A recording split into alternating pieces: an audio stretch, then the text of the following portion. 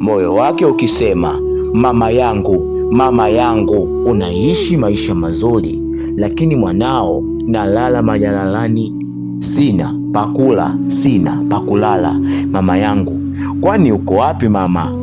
Mama, baba yangu unajua kabisa amefariki, na ndugu zangu wamenitenga kabisa, wajomba, mashangazi, nimebakiwa na wewe tu. Na wewe mama yangu unaamua kukaa mbali na mimi, si ndio?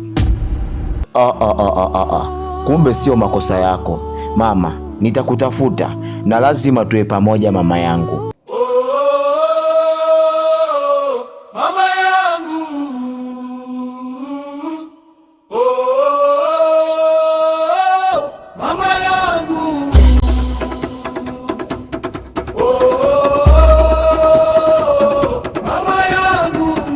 Usiulize kuhusu baba yake. Baba yake alifariki kipindi yuko mdogo sana. Mama yake alipata ajali akapoteza kumbukumbu, ila Mungu alimjalia mama yake upeo wa ajabu sana. Kumbukumbu za nyuma zilifutika, lakini baada ya hapo mama yake alisoma sana akapata urahisi. Kwa sasa mama yake ni rahisi. Ndugu na jamaa wa huyu kijana wote walimdhulumu mama yao mali baada ya kuona akumbuki chochote, na huyu mtoto wakamtimua aende kuishi maisha yake. Hivi ninavyokwambia, mama huyu hawezi kumkumbuka kabisa kuwa alikuwa ameolewa ama alikuwa ana mtoto.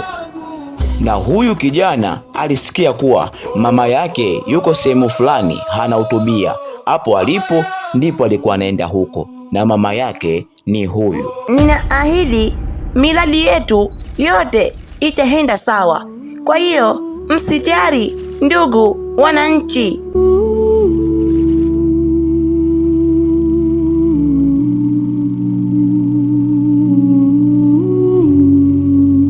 Kwa kweli Mheshimiwa Rais, tumefurahishwa sana na maneno yako. Maneno yako yanatia nguvu, lakini kuna kipengele kimoja ambacho kinatutia huzuni kila siku. Vipi kuhusu daraja la Kiembe Samaki? Lile daraja upande wa huku ndo kuna shule. Mvua zikinyesha na zikiwa nyingi, huwa wanafunzi wanakwama sehemu moja, huwa hawaende shule kabisa. Hivyo tunakuomba ukiwa wewe kama rais utusaidie kujenga lile daraja pale. Haki ya Mungu, nimefanya kila mbinu mpaka nimeweza kuingia humu ndani. Japokuwa kuna ulinzi mkali, lakini nimeweza kuingia humu ndani. Hapa nahakikisha mama yangu ananiona. Haiwezekani mama yangu, mimi ni rahisi alafu mimi niishi maisha magumu? Haiwezekani. Hapa nahakikisha namuita mama yangu. Haiwezekani nizidi kupata shida, namuita mama yangu. Kuhusu hilo daraja halitachukua muda sana, nitakuwa nimelijenga.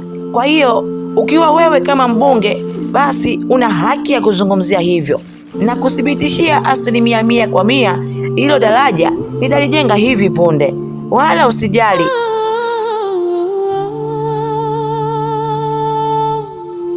Mama, ni mimi mwanao. Mwanangu? Mimi nina mtoto? Ni nani wewe? Toba, mtoto tena? Mbona sijawahi kusikia? Mbona mtoto mwenyewe yuko rafu, hajavaa hata tisheti? Mtoto? Rais, kwani wewe una mtoto? Usikose kutazama Part 2, na haya ndiyo yafuatayo katika Part 2. Gadafumta katuni za huzuni za kuchekesha za kufurahisha. Gadafumta